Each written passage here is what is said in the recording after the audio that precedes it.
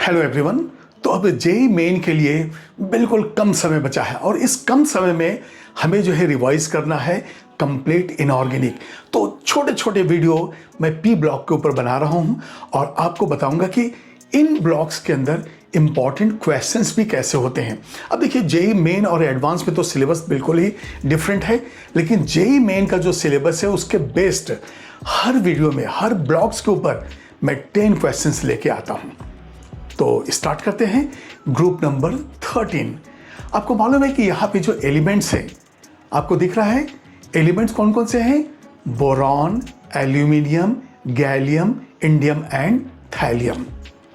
अब आप देखिए जो बोरॉन है वो नॉन मेटल है और ये हार्डेस्ट एलिमेंट है इस ग्रुप का। और इसका हार्डनेस का कारण क्या है? आइकोसाहेड्रन स्ट्रक्चर। जो B12 है वो आइकोसाहेड्रन स्ट्रक्चर। आप देखिए इस डायग्राम में आपको नजर आ रहा होगा कि यहाँ पे बोरॉन जो है 5 बॉन्ड बना रहा है। तो अब आप सोच रहे होंगे कि इलेक्ट्रॉन तो 3 ही, तो 5 बॉन्ड कैसे बना रहा है? क्योंकि यहाँ पे इलेक्ट्रॉन डिफिशिएंट बॉन्ड बनेगा। तो थोड़े से जनरल प्रॉपर्टीज के बारे में डिस्कस करते हैं, क्योंकि आपको मालूम है कि फर्स्ट एलिमेंट उसका थोड़ा डिटेल चाहिए और जनरल ट्रेंड ग्रुप्स के अंदर कैसा है, पीरियड के अंदर क्या है, वो भी हमें देखना है। तो बोरॉन हो गया हार्डेस्ट एलिमेंट। अब एल्यूमिनियम जो है, ये aluminium most abundant metal in the earth crust है।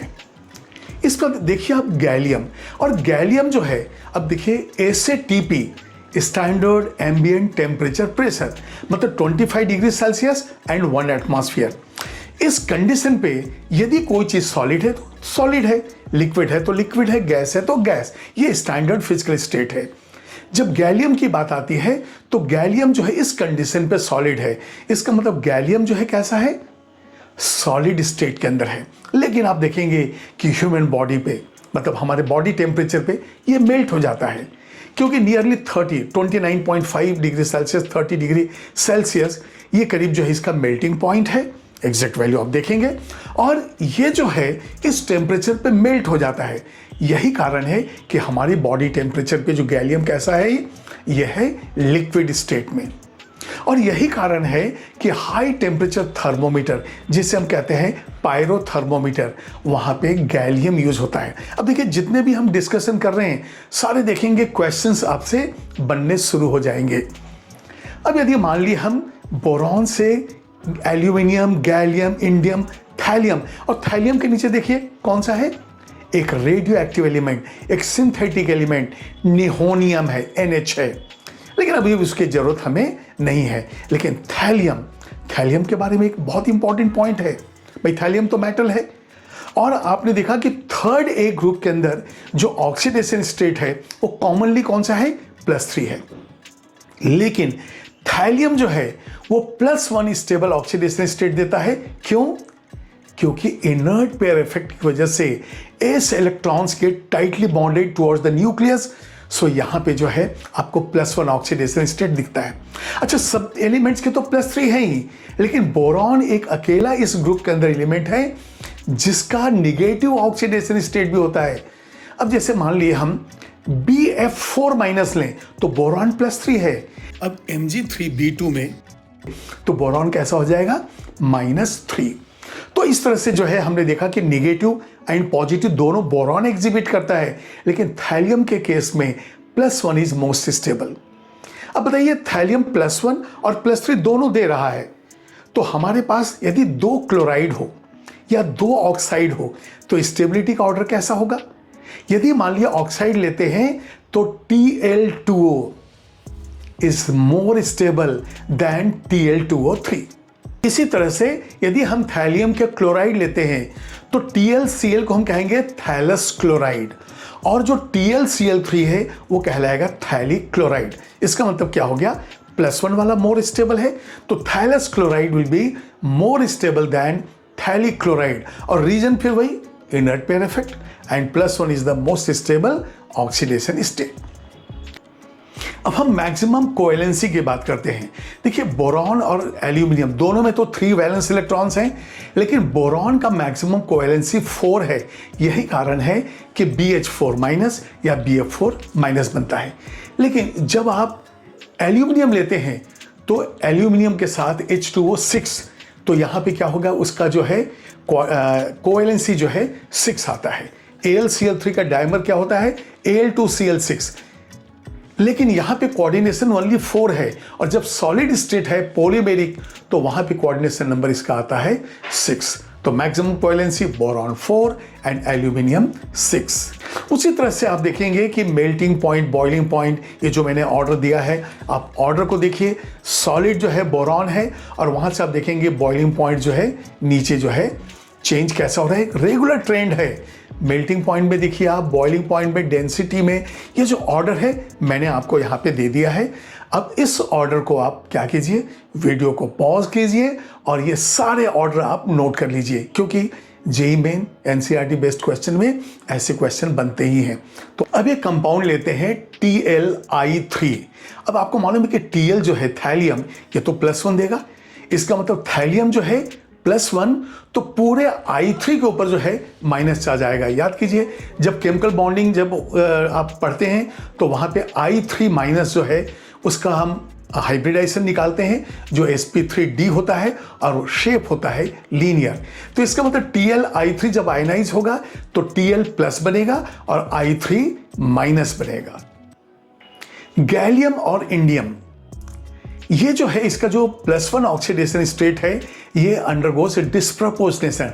और आपको मालूम है डिस्प्रपोर्शनेशन का मतलब क्या है, सेम एलिमेंट का ऑक्सीडेशन नंबर डिक्रीज भी होगा और इंक्रीज भी होगा। तो यदि मैं GaCl ले लूं जहां पे +1 है, तो आपको इससे डिक्रीज होके Ga बनेगा गैलियम, और साथ में GaCl3 बनेगा। तो आपको जो है देखना है कि +1 से 0 भी हो गया, +1 से +3 हो गया, तो दिस इज डिस्प्रपोर्शनेशन रिएक्शन। और ऐसे ही जो है इंडियम के लिए भी है। अब हम कुछ क्वेश्चंस देखते हैं। यहाँ पे मैंने टोटल 10 क्वेश्चंस लिए हैं, और हर क्वेश्चंस का जो है आप देखिए कि आंसर जो है अभी जितना हम लोगों ने डिस्कस किया उसमें आपको मिल ही जाएगा। जैसे फर्स्ट क्वेश्चन देखिए, तो ये रहा आपका first question, among 13 group elements with the highest and lowest electronegative values are. अब यहाँ पे देखिए आपके पास ऑप्शंस में जो है बोरॉन, एल्यूमिनियम भी है, इंडियम, गैलियम, सभी चीजें हैं। लेकिन आपको मालूम है कि बोरॉन कैसा है, नॉन मेटल है, तो इसका इलेक्ट्रोनेगेटिविटी जो है सबसे ज्यादा होगा। और जब एल्यूमिनियम लेते हैं, ये मेटल है, इसका इलेक्ट्रोनेगेटिविटी सबसे कम होगा। तो आपका फर्स्ट क्वेश्चन का आंसर है 3rd। अब सेकंड क्वेश्चन देखिए, the most electropositive element among the following is. और यहाँ पे कार्बन, बोरॉन, एल्यूमिनियम, सिलिकॉन दिया गया है। तो इसमें मोस्ट इलेक्ट्रोपॉजिटिव मतलब जो मेटेलिक कैरेक्टर जिसका ज्यादा होगा, तो वो कौन सा है, एल्यूमिनियम। इसलिए हमारा आंसर है 3rd ऑप्शन। थर्ड क्वेश्चन देखिए, the ionization energy from gallium to thallium do not decrease due to. अब मतलब इसमें क्या है कि बीच बीच में जो है आपको लेस देन, ग्रेटर देन, ऐसे कुछ वैल्यूज आ जाते हैं, मतलब रेगुलर ट्रेंड नहीं है। क्यों? क्योंकि यहाँ पे इम्प्रॉपर शील्डिंग इफेक्ट है। आपको मालूम है थैलियम आने के पहले डी ब्लॉक के अंदर कॉन्ट्रैक्शन था, और उसके पहले जो है लैंथेनॉइड कॉन्ट्रैक्शन था। तो यहाँ पे इम्प्रॉपर शील्डिंग की वजह से रेगुलर जो है चेंज नहीं मिलता है हमें यहाँ। तो आपका ऑप्शन नंबर 2। फोर्थ क्वेश्चन देखिए, क्वेश्चन है the most stable oxidation state of thallium. अब जैसा कि आपको मालूम है कि थैलियम का जो है स्टेबल स्टेट कौन सा है, +1, इसलिए आपका फर्स्ट ऑप्शन आंसर है। नेक्स्ट क्वेश्चन आपका, the element that exhibits negative oxidation state. अब आपको मालूम है कि बोरॉन जो है नॉन मेटल है, और वो तो +3 भी देता है और -3 भी देता है, तो इसलिए आपका आंसर हो गया फर्स्ट वन। अब क्वेश्चन नंबर 6 में देखिए, यहाँ पे 2 क्लोराइड है, thallous and thallic. Thallous chloride में +1 ऑक्सीडेशन स्टेट होता है, और थैलिक क्लोराइड में +3 होता है। तो जब थैलस और थैलिक दोनों है, तब यहाँ पे क्या होगा, हमारे पास ऑक्सीडेशन स्टेट जो है स्टेबिलिटी +1 का है, इसलिए thallous chloride is more stable than thallic chloride. तो आपका ऑप्शन कौन सा हो गया, ये इनर्ट पेयर इफेक्ट की वजह से ही तो +1 हुआ, तो आपका ऑप्शन है 4th वन। अब 7th क्वेश्चन देखिए, the element which exist in liquid state for a wide range of temperature and can be used for measuring high temperature. मैंने आपको बताया था कि गैलियम जो है पायरो थर्मोमीटर में यूज होता है हाई टेम्परेचर के लिए, तो यहाँ पे आंसर हो गया आपका third option gallium. 8th question देखिए, boron resembles silicon in properties, this resemblance is mainly due to equal values of. अब आपको मालूम है डायगोनल रिलेशनशिप किसकी वजह से है, पोलराइजिंग पावर की वजह से। इसलिए चाहे B+3 हो चाहे Si4+ हो, इनके polarizing power and electronegativity nearly equal होते हैं, इसलिए रिसेम्बलेंस है। तो आपका आंसर है 4th। अब यहाँ पे देखिए TlI3 है, इसके ऊपर भी हमने डिस्कस किया है। तो TlI3 एक आयनिक कंपाउंड है और जब ये आयनाइज होगा तो थैलियम का ऑक्सीडेशन स्टेट स्टेबल +1 है, तो थैलियम +1 बनेगा और पूरे I3 के ऊपर माइनस चार्ज आएगा। तो आपका आंसर कौन सा हो गया, फर्स्ट ऑप्शन, जिसमें कि Tl+ and I3 minus ion बना है। अब last question, which of the following salt acts as a strong oxidizing agent. आपको मालूम है कि oxidizing agent get reduced and reducing agent gets oxidize. यहाँ पे पूछा है स्ट्रॉन्ग ऑक्सीडाइजिंग एजेंट, मतलब जो इजीली रिड्यूस हो जाए। और रिड्यूस के लिए क्या है, जब थैलियम लेंगे तो +3 तो स्टेबल होता नहीं है, तो +3 क्या करेगा, +1 में कन्वर्ट हो जाएगा। तो स्ट्रॉन्गेस्ट जो है रिड्यूसिंग एजेंट जो है या ऑक्सीडाइजिंग एजेंट हम डिसाइड करते हैं कि उसका फर्दर ऑक्सीडेशन हो रहा है या रिडक्शन। तो Tl+3 is reduced to Tl+1, therefore Tl+3 is more powerful oxidizing agent. तो ये रहे हमारे 10 क्वेश्चन। और एक जाते जाते लास्ट रिक्वेस्ट, प्लीज मेरे चैनल को लाइक, शेयर और सब्सक्राइब करना ना भूलें। और एक चीज और, मेरा एक ट्रैवल ब्लॉग चैनल भी है, आप उसको भी जरूर देखिए, काफी अच्छे वीडियोस बनाए हैं और नाम है उसका एक्सप्लोरर सिंह।